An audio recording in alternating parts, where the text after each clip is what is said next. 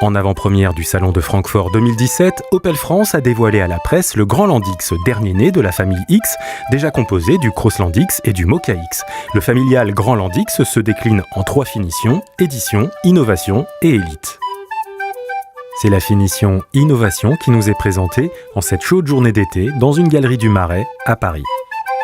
Le Grand Land a été élaboré sur un châssis conçu par Groupe PSA, le MP2, qui équipe originellement le Peugeot 3008.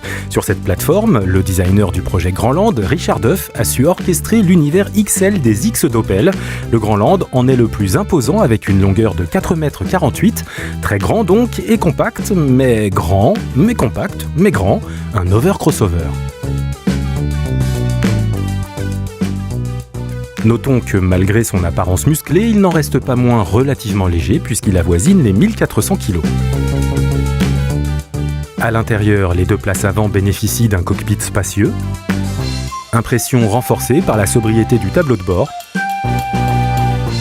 Avec une garde au sol de 16 cm, les paysages s'apprécieront en cinémascope. Le Grand Land est équipé des fameux sièges agréés AGR, l'association allemande spécialiste du dos, sièges que nous trouvons des plus confortables, même à l'arrêt. Les passagers arrière ne seront peut-être pas les plus gâtés du voyage, le design bodybuildé contraint à un vitrage réduit. Les passagers de petite taille, les enfants donc, n'auront pas la chance de profiter du paysage. Idée enthousiasmante, les pare-soleils déroulants, qu'on regrette de ne pas avoir de série mais en option à 100 €. Dommage, dommage, dommage. Bon point pour le coffre, qui passe d'un volume de 514 litres en version 5 places à 1652 litres banquette arrière rabattue.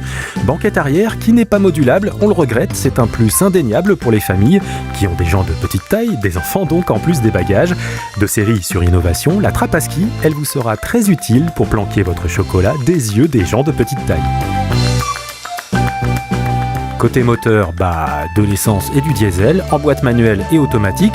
Pour le diesel, selon la grille 2017 des bonus-malus CO2, le Grand Land X s'en tire avec les honneurs puisqu'il ne dépasse pas les 118 grammes par kilomètre parcouru, bien que le diesel désole toujours autant les pilotes de Fast and Breakfast.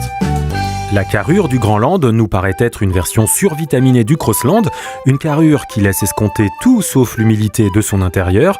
Par ailleurs, si le Crossland X se distingue par une offre d'équipement de série très attrayante, ce n'est pas le cas du Grand Land X. Certes, un véhicule familial à moins de 30 000 €, grand mais compact, grand et compact, enfin grand.